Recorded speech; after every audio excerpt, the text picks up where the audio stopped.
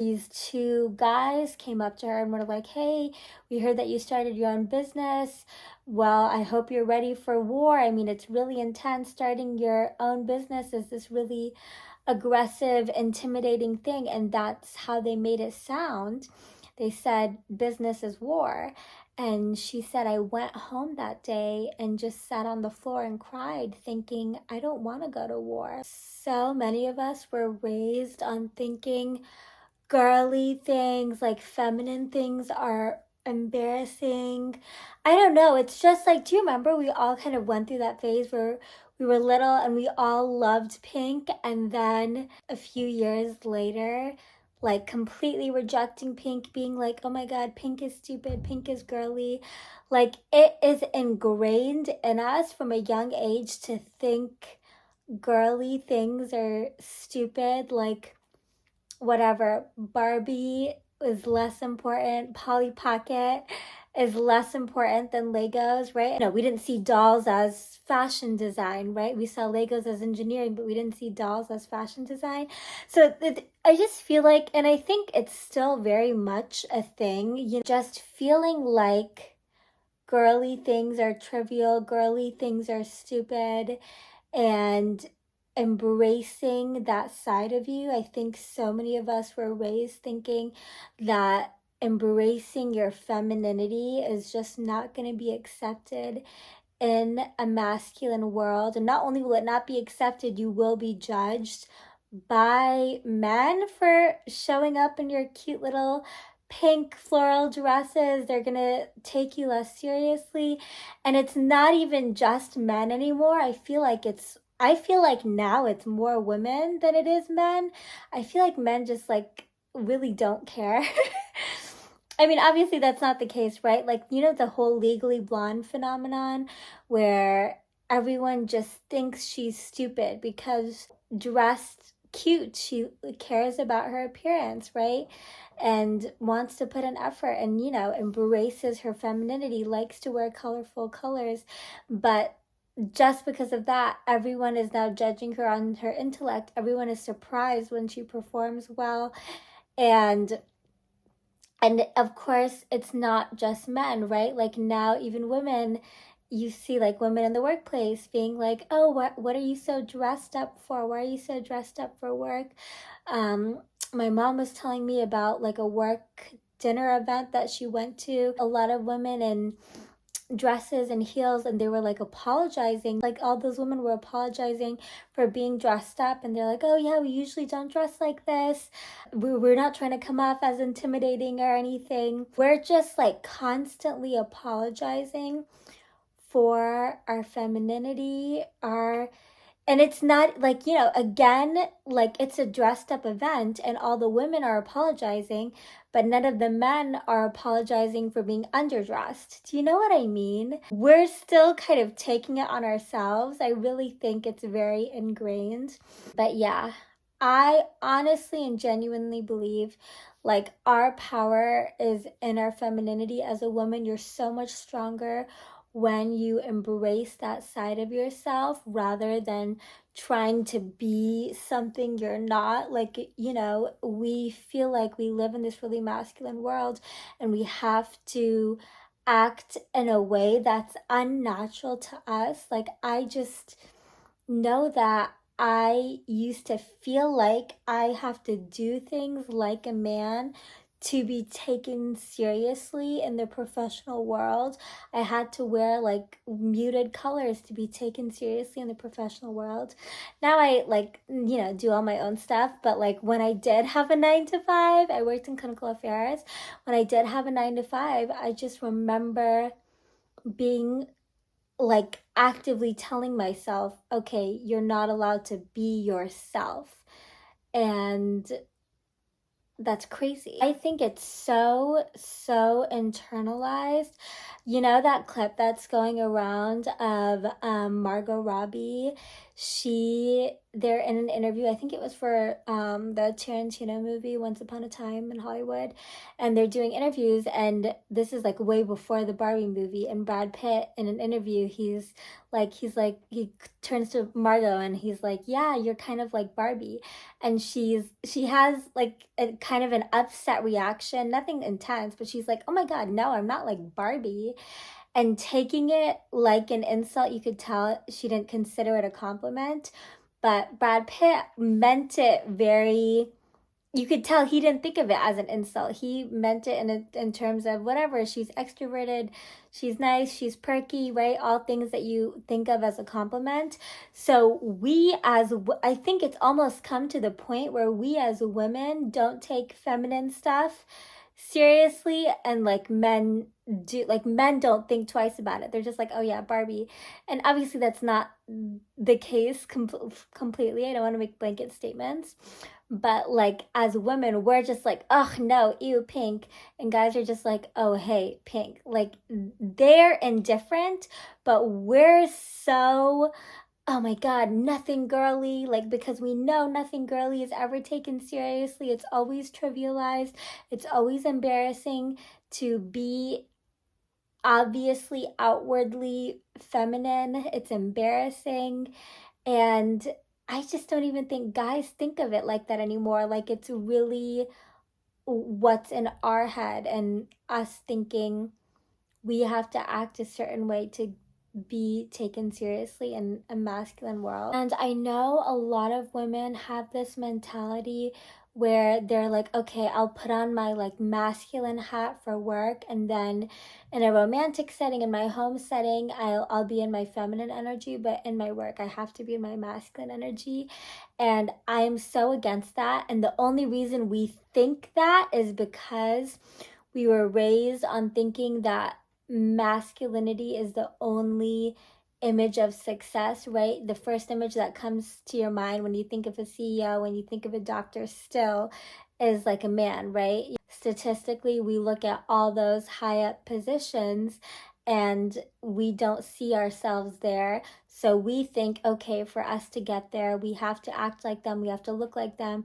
Blazers, power suits, you don't look at the line of presidents and see a woman in a pink dress, you don't even see a woman, but even CEOs, right? It's hard to find that number one, female representation, number two, female representation that boldly embraces its femininity, whatever, like the Legally Blonde stereotype. I feel like Amal Clooney does that really well, where she brings that femininity into her professional world, which I really like. But yeah, I do not believe in taking off the hat. Your workplace, you should also be still in your feminine energy, because when you go against yourself, when you go against your natural tendencies, it's so draining, it's so exhausting. So conduct yourself how you naturally would in business. Stop trying to be a man. I love listening to Sarah Blakely interviews. So Sarah Blakely is the founder of Spanx. She's a billionaire from Spanx, and I love listening to her interviews because you can tell she's very much in her feminine energy. And if you read a bit about how she runs that business and different operations that are built into it, it's a very much a feminine culture. And she talks about this when she first started Spanx, and things were rolling at that point. She went to a dinner party and met some friends, and these two guys came up to her and were like, hey, we heard that you started your own business. Well, I hope you're ready for war. I mean, it's really intense. Starting your own business is this really aggressive, intimidating thing. And that's how they made it sound. They said, business is war. And she said, I went home that day and just sat on the floor and cried, thinking, I don't want to go to war. Like, I want to start my business, but I don't want to go to war. And she says, I have a very, very feminine approach to business, where she's very soft in the way she moves. She's very light. Like, she doesn't take that intense masculine energy, which you pretty much see dominating the entrepreneurship industry, business industry, where it's a very, very strong, tough.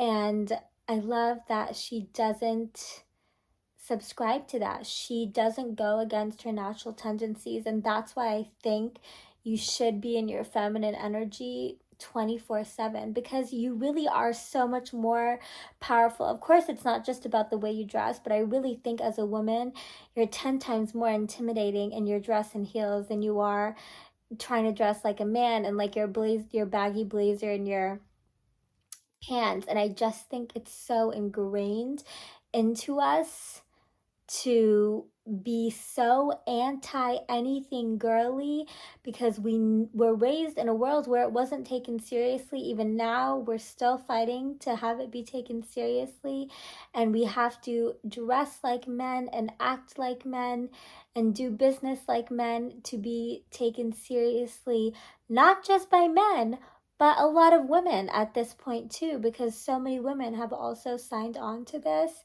And it's really depressing because it just goes against who we naturally are. There's a way to do business in a way that's not draining for you, in a way that makes you feel empowered, or a way that actually fills you up rather than depletes your energy stores. And you just have to not care if someone doesn't take you seriously, right? Like very much Legally Blonde vibes. Just keep doing you in a way that's most natural for you, and all the pieces will fall in place. But stop trivializing feminine things. Stop trivializing professionally dressing like a woman. Stop trivializing doing business in a feminine way rather than a masculine way. And that's really hard because the dominant form of business that you see is, number one, the face of a man, and number two, a very masculine, tough energy. And it just doesn't have to be like that.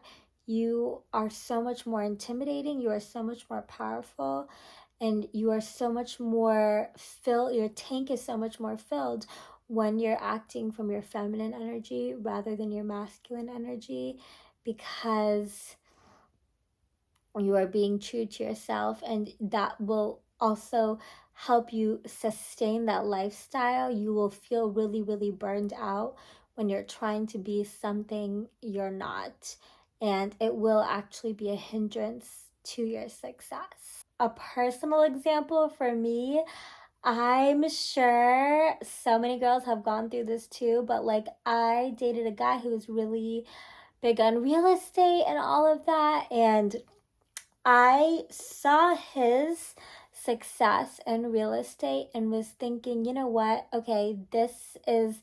I was just surrounded by that image of success. He was big on real estate, all of his friends were big on real estate, and it made me think, okay, that's what I have to do to reach that level of success. And I was miserable. The thing is, he was doing what he loved. He was doing what was really, really natural to him, natural to his personality. He would do it even if he wasn't being paid for it. That's how much he loved it.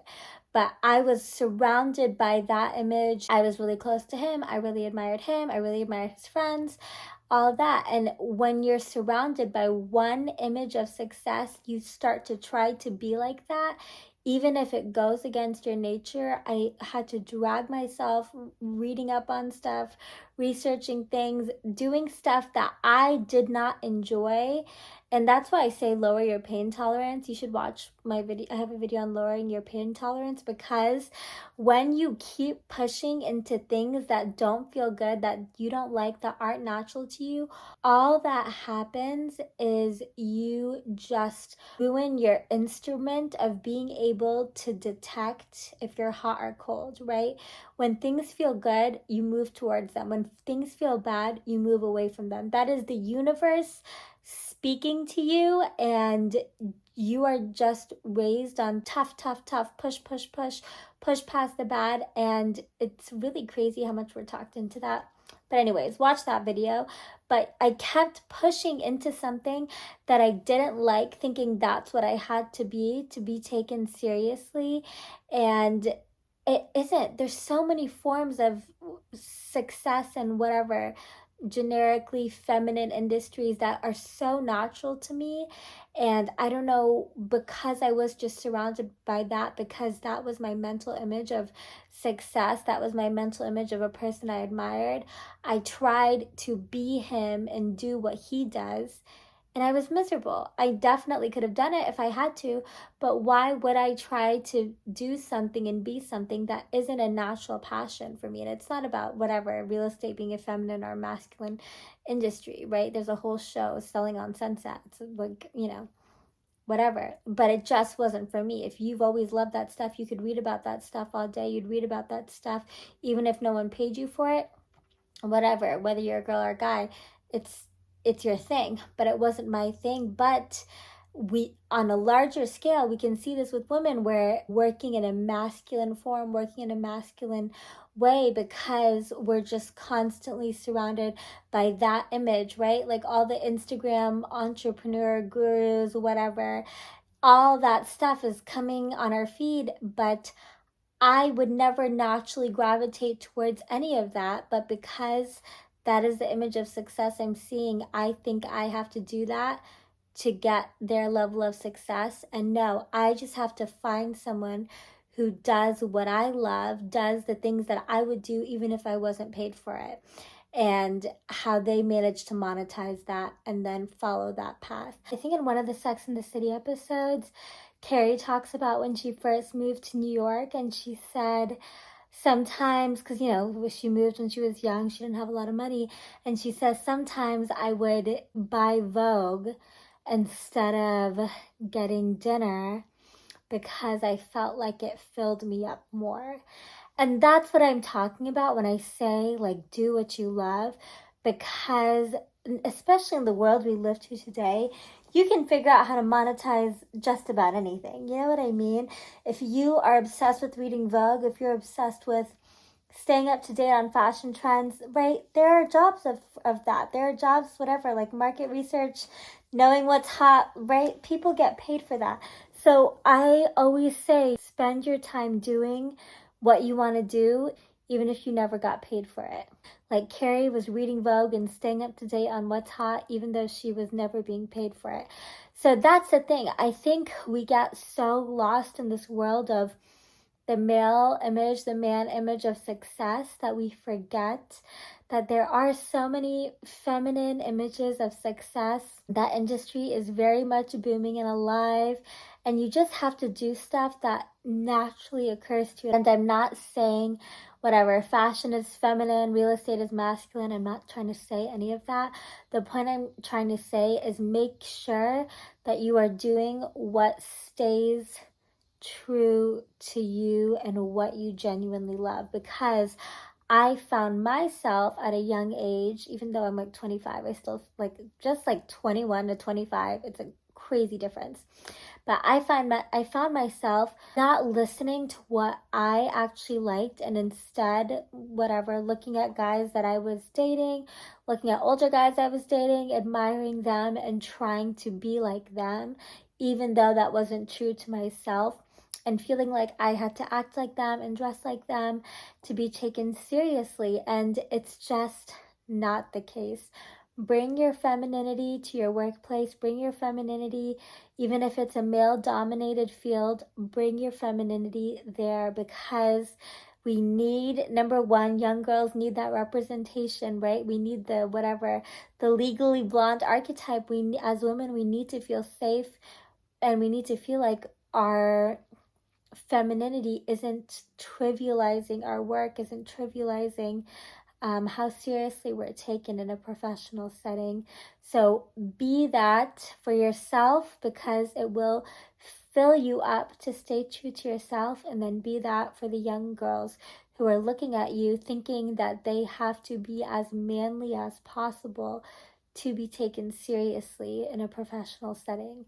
And it's so bad because, as we all know, the professional world absolutely needs a balance of the masculine energy and feminine energy.